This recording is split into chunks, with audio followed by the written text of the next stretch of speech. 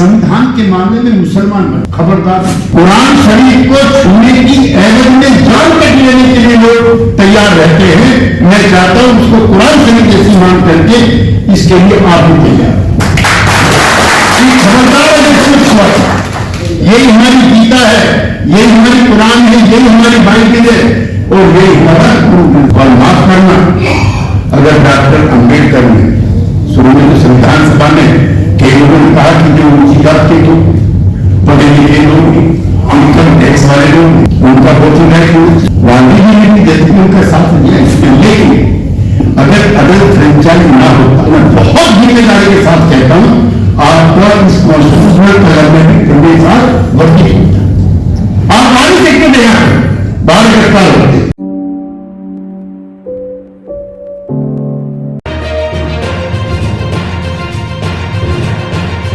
रतनलाल जी, श्री मंडल जी, doctor Shah ji, doctor Anil Jain ji और सभागृह में आए हुए सभी साथी, मैं बहुजन ज्ञानसिटी मिशन से जुड़े हुए सभी साथियों का धन्यवाद करना चाहता हूं कि 2024 के आम चुनाव से पहले जन जागरण के लिए, राजनीतिक दलों पर दबाव बनाने के लिए जो एजेंडा इन्होंने सुझाया है उसके लिए मैं इनका धन्यवाद करना चाहता हूं। मैंने रतनलाल जी को भी, दुसाद जी को भी, सभी साथियों को सुना और बहुत दिनों के बाद मुझको ये लोग भी मिले और ये भाषा भी मिली। हालांकि कम गुस्से में आप लोग थे, थोड़ा और गुस्सा ज्यादा होता तो और अच्छा। पिछले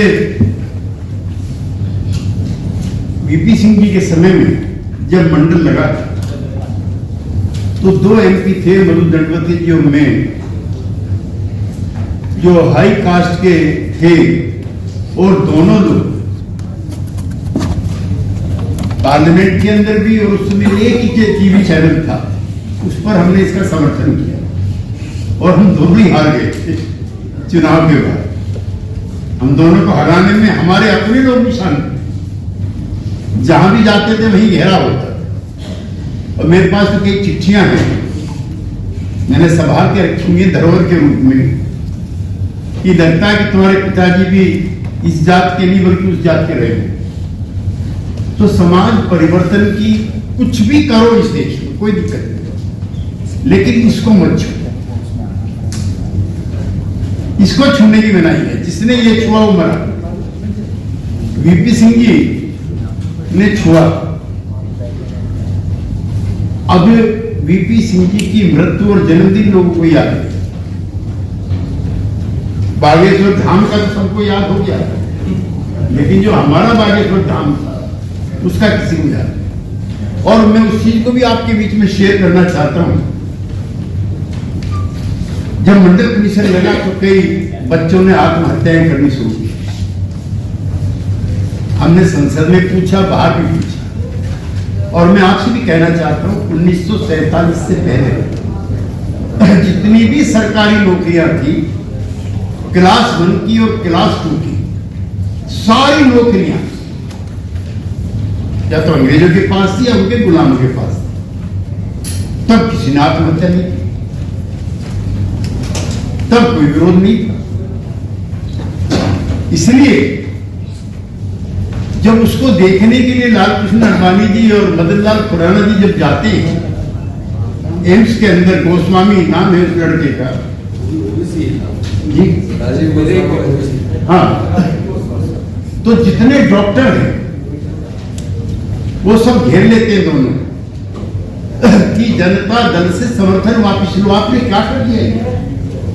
और मैं बहुत जिम्मेदारी के साथ कहना चाहता हूं कि सबसे ज्यादा आरक्षण का विरोध वो डॉक्टर लोग करते।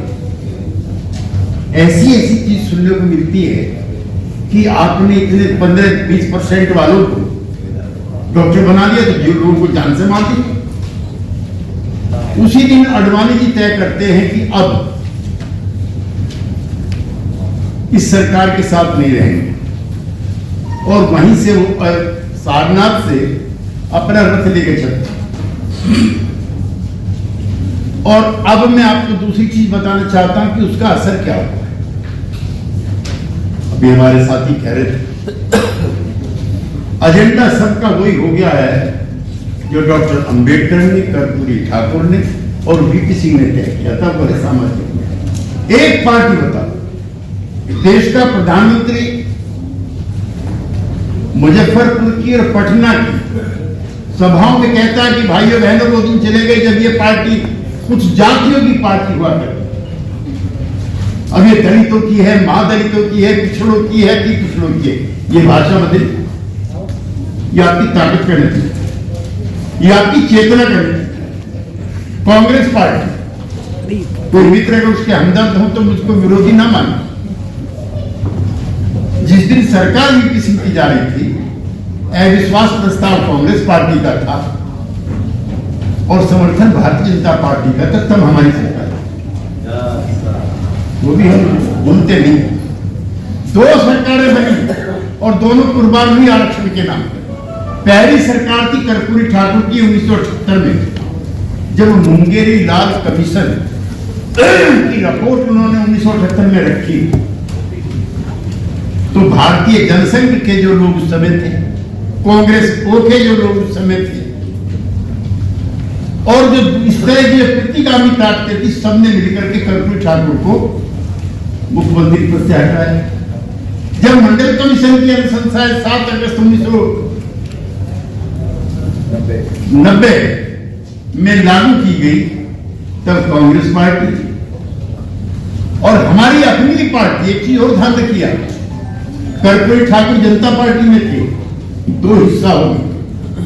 वीपी सिंह जनता दल में थे, 2 हिस्सा होगी। और सब अपनी अपनी मां के पेट में जाके चिपक के जहां पैदा हुए। हमने अपनी कतारों में से जो हमारे साथ थे, हमारे साथ जीत करके आए थे, जब मंडल लगा, जब मुंगेरी लाल लगा, सब अपनी अपनी जातियों के साथ चले। इसलिए आज वो दौर नहीं। कांग्रेस का अधिवेशन हुआ रायपुर में, अभी आप जिक्र भी कर रहे थे कर्नाटक में। सारे वही नारे हैं जो समाजवादी आंदोलन के या बहुजन आंदोलन के, जिनका कि उन्होंने पास किया। और जातिगत जनगणना 1931 में पहली बात हुई, अंग्रेज का राज था। आज तो आप कह भी देते हो कि गर्व से कहो हम जाट हैं, गर्व से कहो हम पिछड़े हैं, गर्व से कहो हम ये हैं, अमुक अमुक जातियां हैं। उस समय नहीं कह सकते। उस समय जात छिपाते थे। हमारे पश्चिम यूपी में एक बरादरी है कल्याण सिंह जी की, जो मुख्यमंत्री थे, वो लोध है, पिछड़े हैं, लेकिन उन्होंने नाम दे रखा लोध राज। वो नहीं कहते, शर्म की वजह से, संकोच की वजह से, सामाजिक अपमान की वजह से। पूर्वांचल में बनारस के आसपास के जितने भी जिले, उसमें कुर्मियों की बहुत तादाद है। हम जब जाते हैं उधर सभाओं में, तो वो कुर्मी लोग लिखते हैं कुर्मी क्षत्रिय सभा। क्षत्रिय उनको कुर्मी नहीं मानते, बैकवर्ड मानते हैं, और वो कह रहे हैं जात छिपाने के लिए हम। इसलिए हम चाहते हैं कि 1931 में सब लोग अपनी जात छुपा रहे थे और अपनी जात को बड़ी जाति में परिवर्तित कर रहे थे, चाहे एससी थे, एसटी थे, बैकवर्ड थे या अति बैकवर्ड। लिहाजा जातिगत जनगणना होना इसलिए भी जरूरी है ताकि जात का पर्दा आप पता लग जाए। और जब यह होगा, बिहार सरकार ने की है, मैं कोई ऑफिशियल घोषणा नहीं करता हूं, लेकिन पिछड़ों की तादाद भी बढ़ी हुई है, शेड्यूल्ड कास्ट की तादाद भी बढ़ी हुई है। फिर दूसरा नारा है, जिसकी जितनी संख्या भारी उसकी उतनी हिस्सेदार। अगली लड़ाई हो, तो मैं अपने जो मंच में बैठे हुए नेता साथी और आप लोग को एक यकीन में दिलाकर जाना चाहता हूं कि चुनाव का मुद्दा 2024 का इंडिया का, हमारे गठबंधन का होगा, सारे देश में जातिगत जनगणना कराई जाए। उसका विरोध हो रहा, लेकिन अब इस बार कोई जल के नहीं मरेगा, क्योंकि मेरे सामने बैठे और मंच पे बैठे लोगों ने एक काम जरूर कर दिया कि संख्या बोध कराता। अब किसी की हिम्मत नहीं है। भारतीय जनता पार्टी के जो बिहार के लोग थे वो भी हमारे साथ आकर के प्रधानमंत्री से कह रहे थे हाँ जी करा लीजिए, कोई दिक्कत नहीं है। हिम्मत नहीं है। जैसे 1990 में वीपी सिंह की शहादत हुई है, लेकिन मरा हुआ वीपी सिंह जिंदा वीपी सिंह से ज्यादा खतरनाक है। आज कोई विरोध करने की स्थिति में नहीं। मैं रोहित वेमुला का जिक्र आया, मैं उस समय राज्यसभा में था और हम 2-3 लोग वहां पे गए थे। ऐसा मैंने जन जागरण अपने जीवन में नहीं देखा। 5 टेंट लगे हुए थे लड़कों, पेरियार स्टूडेंट संघ 1, doctor Ambedkar Periyar student Sangh 2, doctor Ambedkar students union 3, Karpoori Thakur students union 4 and above all Mahatma Phule Jan Jagran student. ऐसा माहौल वहां पर था कि जैसे पूरा समाज ही जागृत हो। मेरी राज्यसभा की स्पीच है, मैं दुसाद साहब को, रतनलाल जी को, गौतम जी को भेंट करूंगा उसको। कितने परसेंट शेड्यूल कास्ट के लड़के इंटरमीडिएट तक पहुंचते हैं, फिर ग्रेजुएशन तक पहुंचते हैं, और 0.05% छात्र हैं SC ST के जो रिसर्च स्कॉलर के लिए पहुंचते हैं। और वो हत्या नहीं, वो उसकी आत्महत्या नहीं थी, वो हत्या है। और उसने इतनी चेतना पैदा की कि पूरे दक्षिण भारत में सफाया हो गया। अभी ताजा लिहाजा जो सवाल आपके हैं, अब वो सारी पार्टियों के मुद्दे बनेंगे। अंबेडकर भी दोबारा जिंदा हो गए, जिनकी कौमें, जिनके पुरखों ने सदियों सदियों से अपमान किए, उनके घर में भी डॉक्टर अंबेडकर बैठे। आपके विचारों की इससे बड़ी जीत और जब छूटे नहीं। डॉक्टर अंबेडकर का सबसे पहला आंदोलन पानी को लेकर कि घाट पे पशु पानी पी सकता है, लेकिन मुझे जाने की इजाजत नहीं। पानी सत्याग्रह था डॉक्टर अंबेडकर का, और उन शरीफ जादे रईस जादों के घरों में बेडरूम में डॉक्टर अंबेडकर था। ये होती है वोट की कीमत, ये होती है विचार की। 2024 का अभी आपने जिक्र किया, लेकिन हमारे समाज की जो जटता है वो और भी है, एक 2 दिन की नहीं। अमेरिका है, वहां भी काले और गोरे का भेद है जैसा आपके यहां है। और उन्होंने तो अपने राष्ट्रपति भवन का नाम ही व्हाइट हाउस रख दिया था, लेकिन उसमें भी काला बैठा नहीं बैठा काले अंदर।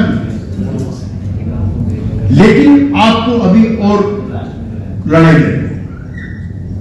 मैं वैचारिक तौर पर इस बहस को चलाना चाहता हूं कि डॉक्टर अंबेडकर कितने सही थे। जब भी रतनलाल जी शायद अभी जिन चीजों का जिक्र कर रहे थे, वो इस तरह की वोटिंग व्यवस्था की पक्षधर में आने के लिए गांधीवादी विचारों से प्रभावित हूं, तो भी डॉक्टर अंबेडकर की मैं उस अवधारणा को भी सही मानता हूं कि शेड्यूल कास्ट के MLA MP उनके भी लोगों के द्वारा जीत करके अगर पहुंचे तो वो ज्यादा स्वाभिमानी। जब हम जाते हैं वोट मांगने के लिए, मेरे साथ मेरी जो पार्लियामेंट्री कॉन्स्टिट्यूंसी है उसमें हर एक में एक शेड्यूल कास्ट, मैं हाथ मिलाता हूं और शेड्यूल कास्ट का जो MLA का उम्मीदवार है वो पैर छूता है। एक ही पार्टी, एक ही चुनाव चिन्ह। तो डॉक्टर अंबेडकर ये भी चाहते थे, हालांकि महात्मा गांधी का पूना पैक्ट वाले आप सब लोग हो, और उसमें गांधी जी ने एक बार जब ये चला दलित आंदोलन, अनड्रेस्ड होना, छोटे कपड़े पहनना, दलित बस्तियों में लिखना, तो डॉक्टर अम्बेडकर एक चिट्ठी लिखती है उसको गांधी कि महात्मा गांधी, महात्मा भी लिखते थे, गांधी लिखते थे कि जो हिंदू की जात व्यवस्था है तो उसका सबसे चतुर चालाक दलाल, हिंदू की जात व्यवस्था का तू सबसे ज्यादा चतुर चालाक दलाल है। चूंकि गांधी ये हरिजनोद्धार चला रहे थे, लेकिन सारे सुधारवादी कदम थे। गांधी क्या लिखते हैं कि डॉक्टर साहब आपने मुझे कम गाली दी, मेरे पुरखों ने पीढ़ी दर पीढ़ी आपके पुरखों के साथ जिस तरह का व्यवहार और अपमान किया है उसके मुकाबले में आपकी गालियां कम, देश और समाज कम बन रहा है। डॉक्टर अंबेडकर का गुस्सा झेलने की भी हिम्मत और ताकत समाज के उन नेताओं के पास होनी चाहिए जो उस दौर के नेता होते। अब तो एक चीज में जरूर आप लोगों से कहना चाहता हूं, मेरे मुसलमान भाई बैठे हैं, थोड़ा इसको अन्यथा न, संविधान के मामले में मुसलमान बन गया, खबरदार तो छुआ। कुरान शरीफ को छूने की एवज में जान तक लेने के लिए लोग तैयार रहते हैं। मैं चाहता हूं इसको कुरान शरीफ जैसी मान करके इसके लिए आप भी तैयार, खबरदार अगर इसको छुआ। यही हमारी गीता है, यही हमारी कुरान है, यही हमारी बाइबिल है और यही हमारा गुरु ग्रंथ साहब है। और माफ करना, अगर डॉक्टर अंबेडकर ने शुरू में तो संविधान सभा में कई लोगों ने कहा कि जो ऊंची जात के लोग, पढ़े लिखे लोग हैं, इनकम टैक्स वाले लोग हैं, उनका वोटिंग राइट होना चाहिए।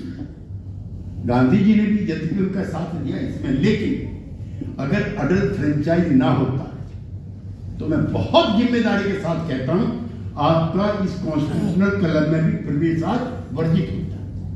आप आ नहीं सकते थे, यहां पर बाहर गिरफ्तार होते।